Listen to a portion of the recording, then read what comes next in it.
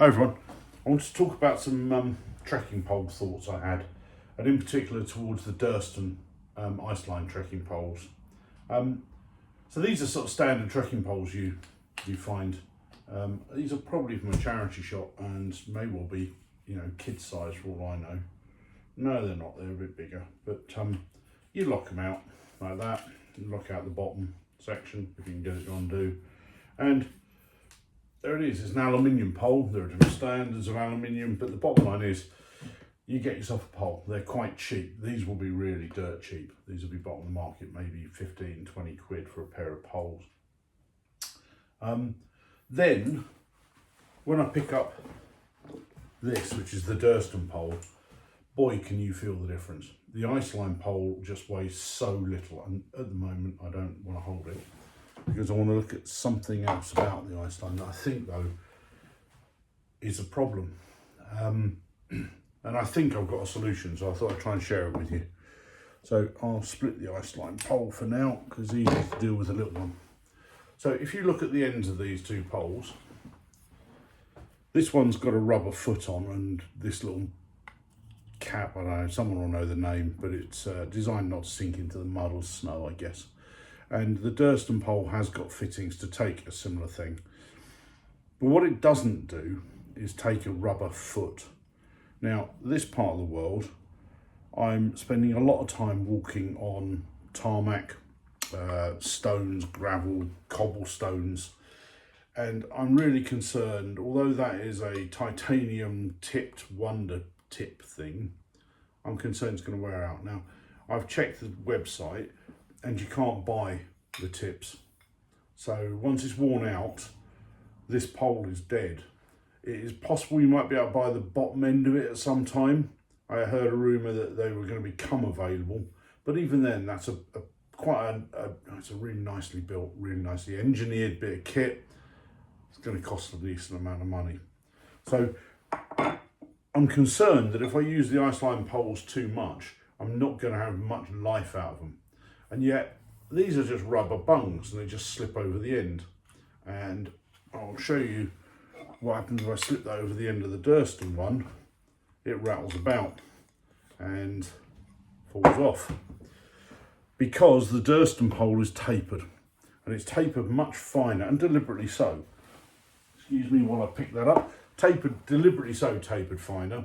And Dan Durston explains how that gives it the strength and the lightness that I was looking for. But there's got to be a way of fitting these standard end rubber feet. I went on eBay and I bought some of these. You will not be able to see, but right down in the middle, can you see that? Don't think you can. Don't know where the camera is on this. There's like a metal washer, and the walking pole goes down the middle, and it sits on that metal washer. So it spreads the load across the bottom of the rubber foot. Now, that is therefore, in my view, going to stop the tip wearing out.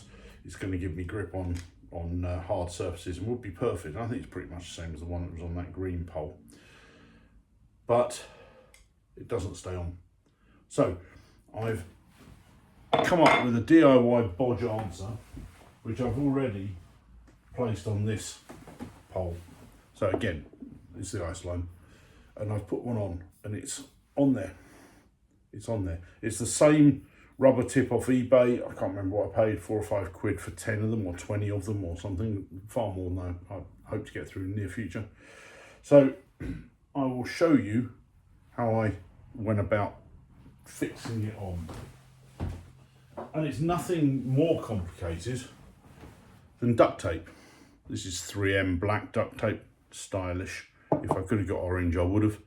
And I've put it on the end. This actually is exactly the width necessary to cover the black section of the end of the ice pole. So I literally just got an end, popped it on, and then started to wrap. And I wrapped it until I thought I had enough tape on there. And when I did, I put the plug on the end. As you can see, it squashed the tape into a reasonable shape. I must have got it about right, because I can put that on and off not very straight. I can put that on and off whenever I fancy. And I think now, Dan Durston owes me some money, so I've improved his tent pole, his walking pole. And I think that makes life a little bit easier. Now, when it comes to using it in the tent, because the X-Mid 2, I think most of the X-Mids, not the Pro one, the super light one, but they have the pole that way up. So you need that spike because it fits into a brass, like a washer, a brass circular unit, and that spreads the load. So you have to be able to take this off. So you have to have something that is tight enough to hold it in place, tight enough to seat it all the way down, but loose enough so you can remove it when you want to put your tent up and use the poles for their second purpose. Just thought I'd share that. I'm sure that I'll have some sort of commission or royalty being sent to me in the near future when Durston take up this idea with their own little, very nicely built, lightweight piece of sellotape. Thank you very much. Hope it's of use. I do think it is a weakness of the pole.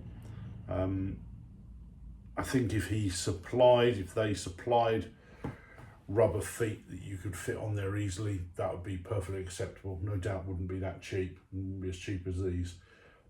But in the meantime, I don't want to use the old heavy poles, and I do really like the Durston Iceline Poles. But I don't want to wear the tip out because they're phenomenally expensive things. Well, not phenomenally. What are they, 130 something quid each pair, sorry, which isn't a lot of money for a trekking pole. So that's that. Let's see if it stays on there, shall we? I'll see you another day. Tally bye.